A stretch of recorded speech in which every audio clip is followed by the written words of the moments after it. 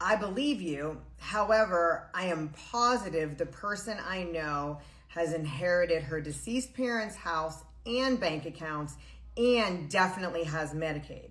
Maybe there's something I'm not aware of. That could make two of us.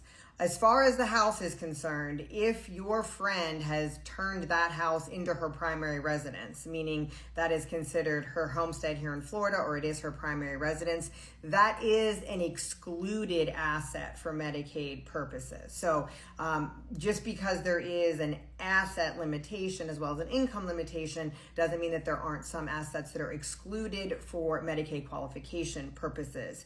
A homestead is one of those assets, as well as a vehicle, the furnishings within the homestead, life insurance, burial plots, retirement plans if they're already being paid out, distributions are being made, things like that. So there are exemptions to assets within Medicaid. So that could be the case with the house. If your friend has made that house their primary residence, then it's not going to be counted against them for Medicaid purposes. You are allowed to own a home and still qualify for Medicaid. Bank accounts are a different story.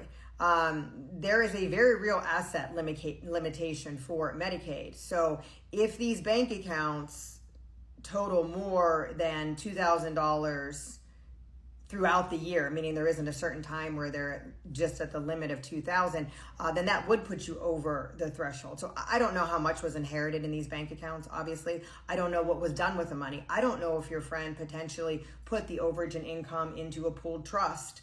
That could have happened. But I do know that cash in a bank account, stocks, bonds, CDs, investment accounts, things of this nature all go up against that asset limitation. And it's a very real limitation, and it will disqualify you from Medicaid.